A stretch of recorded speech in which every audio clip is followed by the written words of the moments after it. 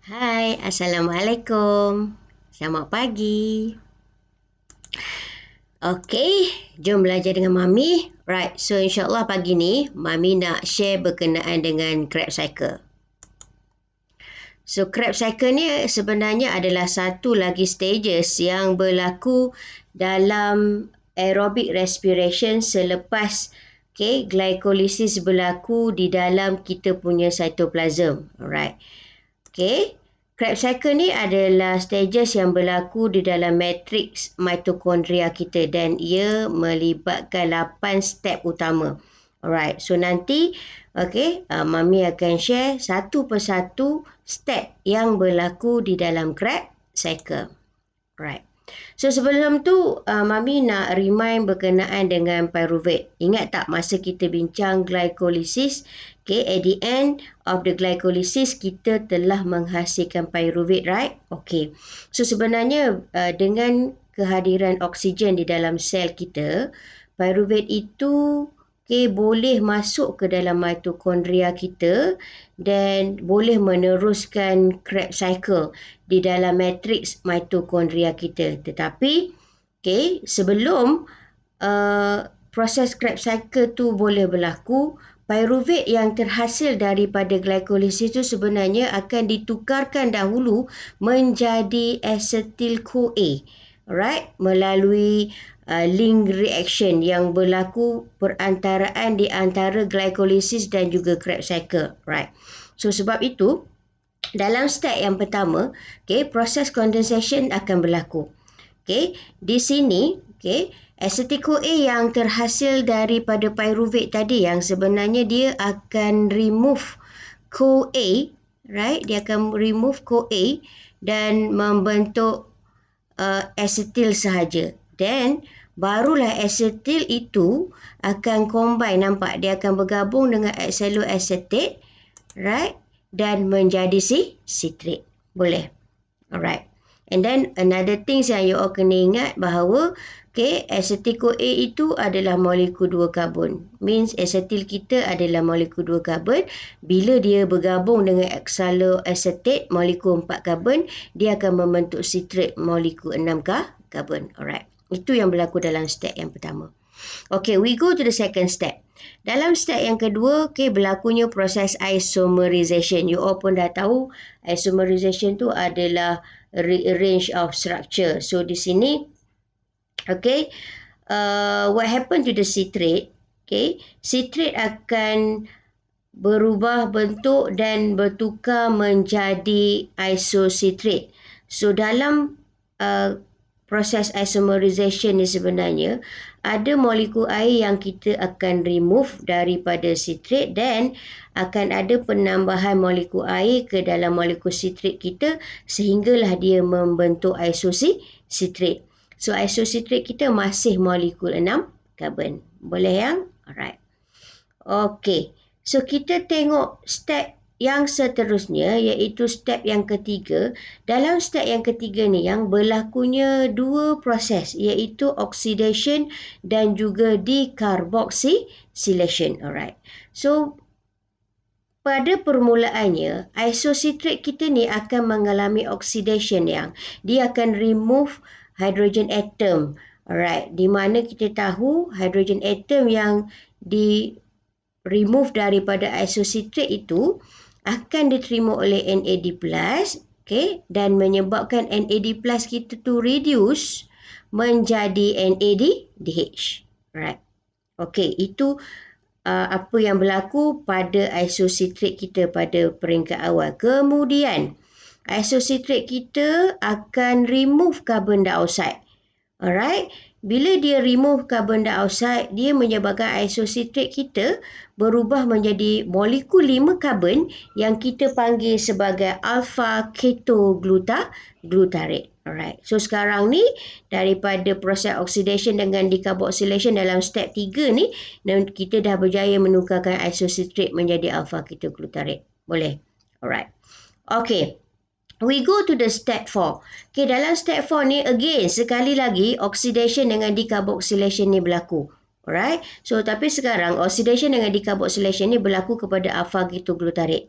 Alright. Apa yang berlaku? Okay, alpha ketoglutarik dia akan remove carbon dioxide. Okay, lepas itu alpha ketoglutarik kita akan mengalami oxidation, and again dia akan buang hydrogen atom dia, dan hydrogen atom dia akan diterima oleh NAD+, menyebabkan NAD+ kita ini reduce menjadi NADH. Right. Okay. Di samping alpha ketoglutarik kita mengalami oxidation dengan decarboxylation, akan berlaku addition of CoA. Kalau tadi dalam step 1 kita buang CoA, right? Tapi dalam step yang keempat ni kita adding CoA pula ke dalam kita punya substrate, sehingga menyebabkan alpha ketoglutarik kita akhirnya menjadi succinyl CoA. Kalau you all tengok, succinyl CoA kita adalah molekul 4 karbon. Alright. Okay. So, kita tengok apa yang berlaku seterusnya kepada succinyl CoA.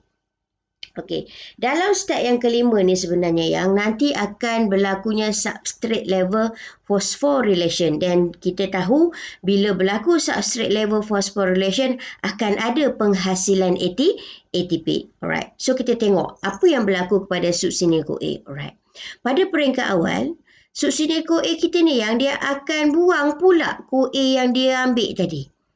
Alright. Tetapi bila dia remove CoA daripada body dia, right, actually dia akan membebaskan energy, di mana energy tu akan membolehkan GDP yang memang ada dalam matrik kita ni, right, bergabung dengan fosfat inorganik.